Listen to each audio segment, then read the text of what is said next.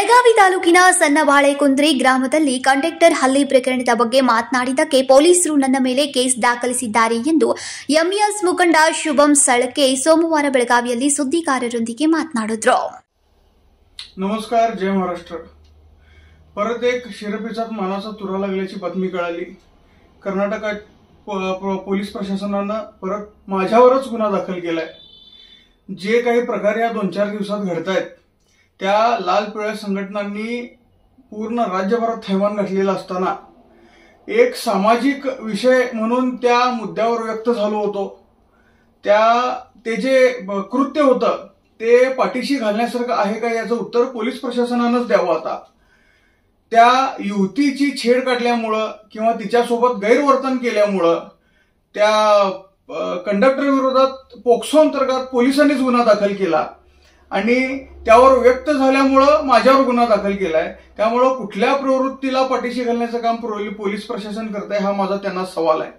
या लाल पिवळ्या संघटना जाणून बुजून याला भाषिक रंग देऊन फक्त मराठी भाषेविरोधात त्यांना मुद्दा मिळालाय म्हणून कुठेतरी ह्या सगळ्या कायदा सुव्यवस्थेला बिघडवण्याचं काम करत असताना त्यांना सुद्धा पाठीशी घालण्याचं काम तुम्ही करताय. इथं कानडी संघटना त्या ठिकाणी हे सगळं करत असताना त्या लाल पिवळ्या संघटनांचा म्होरक्या बेंगलोरमध्ये बसून काहीतरी व्हिडिओ घालतोय आणि तुम्ही त्यांच्या दबावाखाली इथं सामाजिक स्तरावर व्यक्त झालो म्हणून जर माझ्यावर गुन्हा घालताय तर खऱ्या अर्थानं ही लोकशाहीची हत्या तुम्ही करताय. आम्हाला बोलण्याचा व्यक्त होण्याचा अधिकार त्या ठिकाणी लोकशाहीने दिलेला आहे. तो अधिकार तुम्ही कधीच हिरावून घेऊ शकत नाही.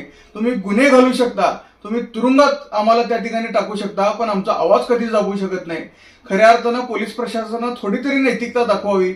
या सगळ्या विषयावर बोलत असताना आम्ही वेगळ्या पद्धतीची भूमिका त्या ठिकाणी घेत होतो आणि तिथं मारहाण करणारे किंवा त्याला धडा शिकवणारे फक्तच मराठी भाषिक नव्हते, तिथं स्वतः कानडी भाषिक सुद्धा होते, मुसलमान समाजाची सुद्धा लोक होती आणि मराठी भाषिक सुद्धा होते.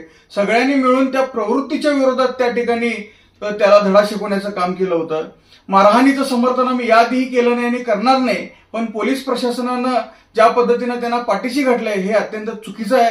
हे असंच जर तुम्ही लोकशाहीची हत्या करत असाल, जर व्यक्त होणं सुद्धा आमचं मुश्किल होत असेल तर या ठिकाणी पोलिसांच्या भूमिकेचंच खऱ्या अर्थानं अजब वाटतंय. ಬೆಂಗಳೂರಿನಲ್ಲಿ ಕುಳಿತುಕೊಂಡು ಪ್ರಚೋದನಾಕಾರಿ ಹೇಳಿಕೆ ಕೊಡುವ ಕನ್ನಡ ಮುಖಂಡನ ಮೇಲೆ ಕ್ರಮ ಕೈಗೊಳ್ಳದ ಪೊಲೀಸರು ವಿನಾಕಾರಣ ಮರಾಠಿ ಭಾಷಿಕರ ಮೇಲೆ ದಬ್ಬಾಳಿಕೆ ನಡೆಸುತ್ತಾರೆ ಅಂತ ಆರೋಪಿಸಿದ್ರು.